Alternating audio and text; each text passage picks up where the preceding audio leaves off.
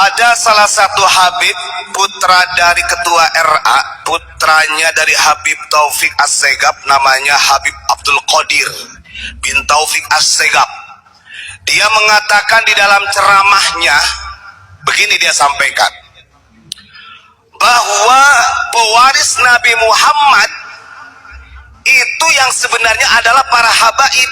Nah, sampai segitunya dia ingin diakui sebagai cucu Nabi. Maka jangan heran katanya, ketika banyak kiai-kiai, ulama-ulama yang menghujat para habaib karena mereka iri dengan keilmuan yang dimiliki oleh habaib.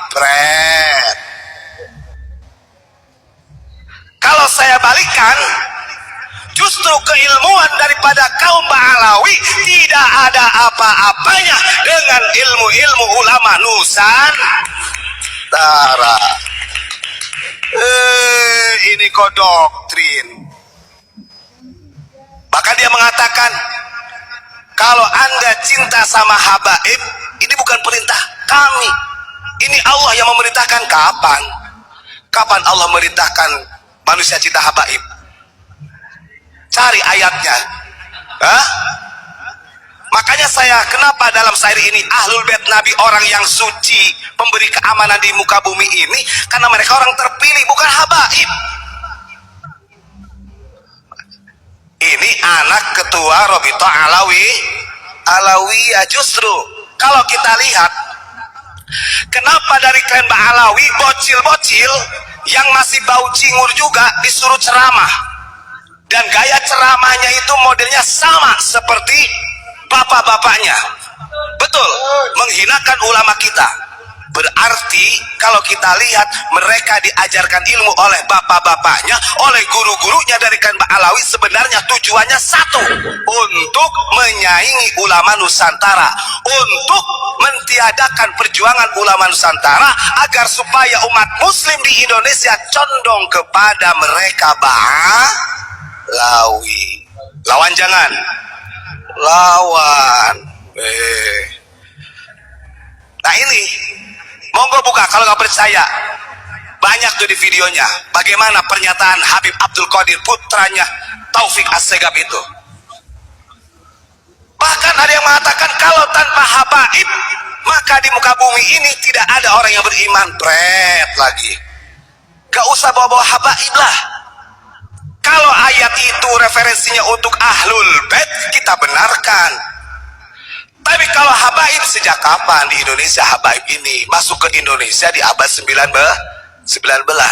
Nih saya bacakan ayatnya ya. Ini bukti kelicikan mereka. Sebenarnya ketika mereka teriak-teriak, kita ini orang Nusantara iri dengan mereka, sebenarnya mereka yang iri dengan ulama-ulama kita. Maka sejarah Wali Songo ditiadakan.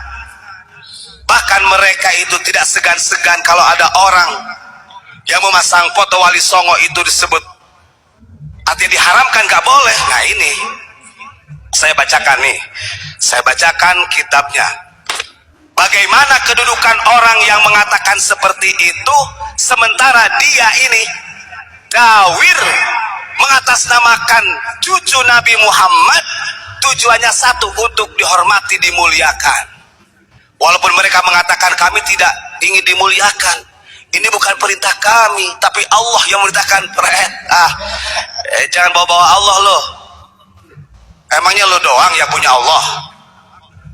Ya, makanya gini loh Pak. Nah, yang menyampaikan kalau habaib mabuk jangan dimarahi. Dia itu yang ngomongnya, si Qadir itu, Qadir bin Segaf. Dir, aduh, gak usah dikasih uang, kasih beras aja katanya.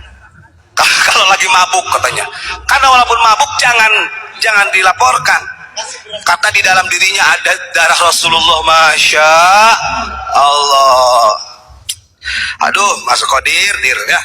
Nih, kalau saya lihat dari cara mereka berdakwah seperti itu, sebenarnya kelihatan ingin menyaingi ulama-ulama kita. Di dalam kitab Mukasyafatul Qulub karya Imam Ghazali, nah ini mereka biasanya baca kitab ini.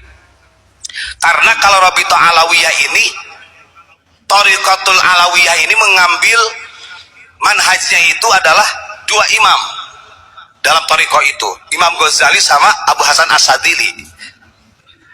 Wa qala sallallahu alaihi wasallam, dengerin ya, dengerin untuk muhibbin, yakunu fi akhir zamani ubadun juhalun wa ulama'u fussaqun.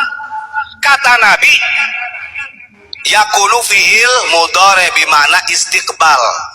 Ya, gak akan ngerti dah dia mah.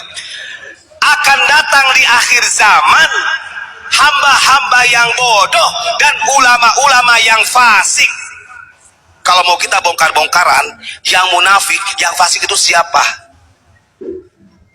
Ya, padahal ulama-ulama kita ini sangat menghargai mereka. Wa qala aidan la tata'allamul ilma litubahu bihil ulama walitumaru bihi sufaha walitasrifu bihi wujuhan nasi ilaikum. Wah, ini ada larangan keras. Jangan sekali-kali kau belajar ilmu yang tujuannya untuk menyaingi ulama. Ingat, ulama-ulama Nusantara ini lapang dada loh, sodroh. Dadanya lah lapang. Apa buktinya? Kalau ulama Nusantara tidak lapang dada, gak mungkin para habaib ada di Indonesia. Gak mungkin etnis Tiongkok ada di Indonesia. Itu jadi pelajaran besar loh. Kan gitu, dirawat bahkan. Yang dulu di Surabaya bukan Habib, namanya Ye. Namanya Ye ya? Luntang, lantung, kuluntung. Ketemu dia jualan minyak di Ampel, ketemulah oleh Kiai Haji Usman Al-Ishaqi. Bapaknya Gus Rodi. Beliau kasihan kepada para habaib yang di sana itu, luntang lantung, dikasih tempat, dikasih makan, dikasih tempat majlis ilmu. Sekarang ngelunjak. Bahkan diberi itu ada saksinya. Saya dapat cerita langsung dari zuriyahnya Kiai Usman Al-Ishaqi. Iya, gimana dikasih amplop kurang jah? Kalau belum dikasih ya nggak pulang-pulang gitu.